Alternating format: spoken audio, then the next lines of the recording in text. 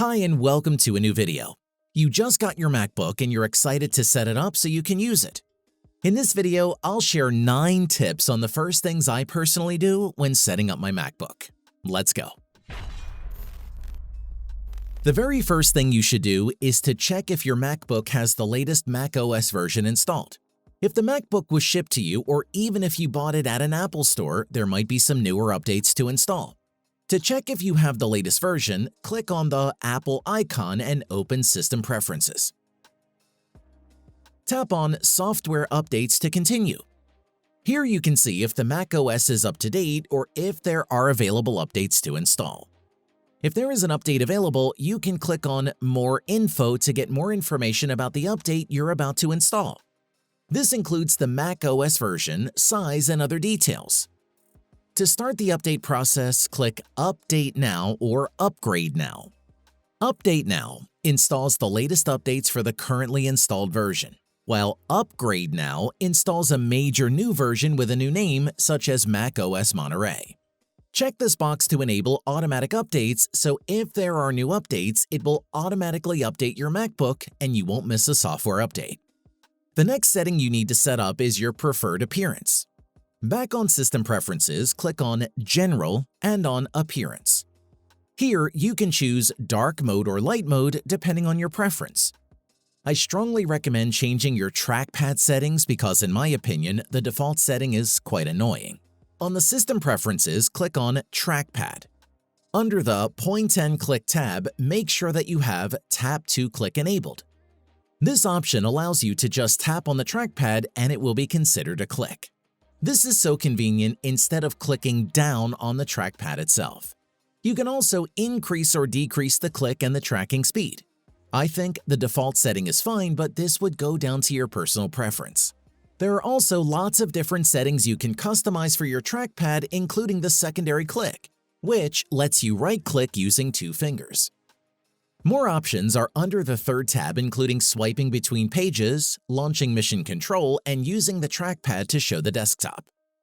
You can test out the different options by yourself so you'll know what features to enable or disable from your MacBook. If you hover over a setting with the mouse cursor, you can see a preview of the effect. While we're on the topic of trackpad, let's talk about setting up your keyboard settings too. On System Preferences, click on Keyboard. I recommend setting the Key Repeat to Fast and the Delay Until Repeat to Short. This way you can type faster and don't have a delay between your keyboard and the display.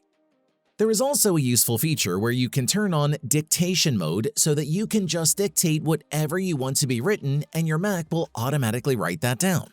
You can also customize the shortcut key here to enter Dictation Mode. Moving on, let's talk about the dock. Personally, I like to keep my MacBook dock clean since I am used to launching apps through Spotlight. For example, I just have to press Command and Spacebar, then I can search for the app or file I want to open.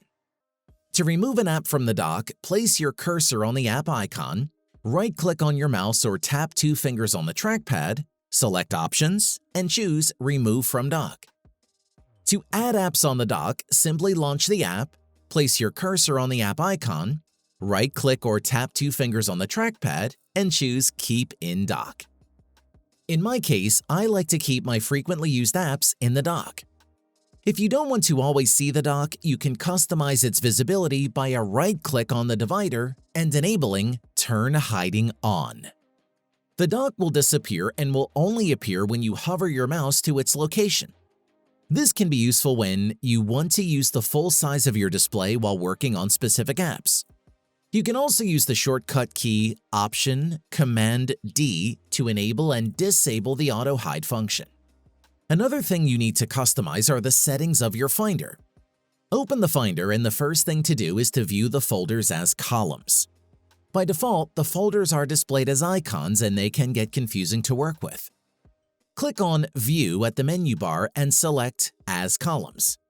Now you can use your arrow keys to go through your folders, and in the next column, the subfolders are displayed and so on.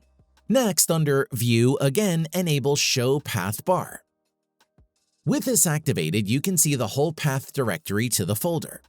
Then on View again, enable Show Status Bar. At the bottom of the Finder, you'll see how many files are in that specific folder, and it shows you how much storage space is available. In my case, this MacBook has 47.63 gigabytes of storage left. This is also convenient when you use third-party storage drivers like OneDrive or Dropbox or USB drivers. Touch ID is an amazing feature of the Mac that makes so many things easier and faster to get done. So the next thing to do is to customize where you can use it and add fingerprints. Open System Preferences again and select Touch ID. Here you can enable to use Touch ID for unlocking your Mac, Apple Pay, iTunes Store, and App Store. You can also use Touch ID to autofill your passwords if you have Keychain enabled.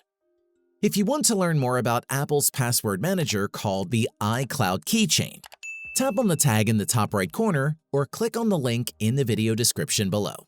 To add more fingerprints, just tap on Add Fingerprint and scan your finger. You can have up to 5 fingerprints saved on your MacBook.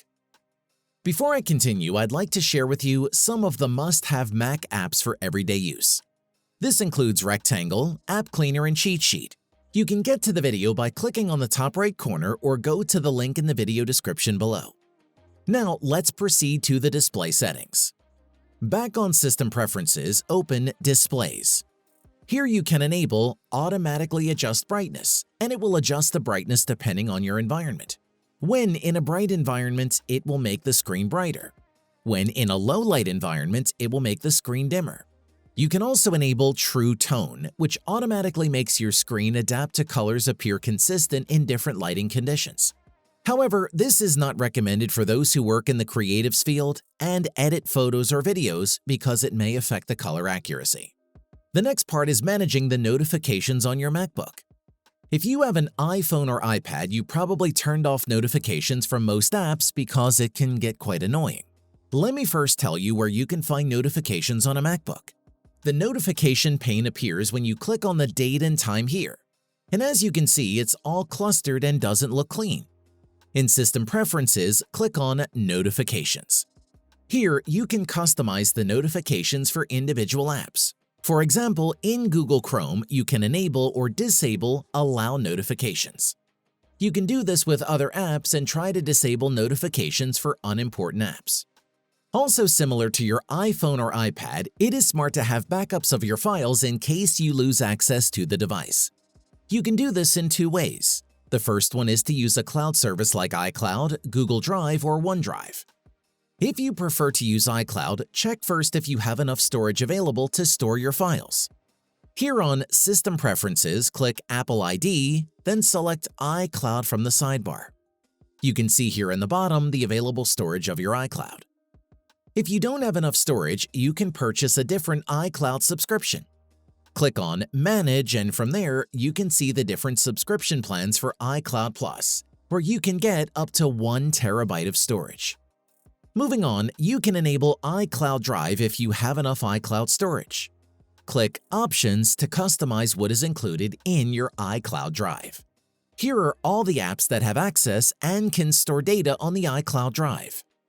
If you enable Desktop and Documents folders, all the files on your desktop and document folder will also be stored in the iCloud Drive. The next method to back up your data is to use Time Machine. This built-in feature is for people who do not want to use cloud servers to store their data. The way this works is that when you plug in an external storage device such as a USB or Thunderbolt drive, a backup will be stored in the storage device. You can enable Backup Automatically so that every time you insert the specific storage device, Time Machine will make a clone of your MacBook and save it on the external device. This way, when something happens to your MacBook or when you purchase a new one, you can move your files and data to the new one. That's it. If I could help you, feel free to give this video a thumbs up and don't forget to subscribe. Leave a comment down below if you have any questions. See you next time. Bye.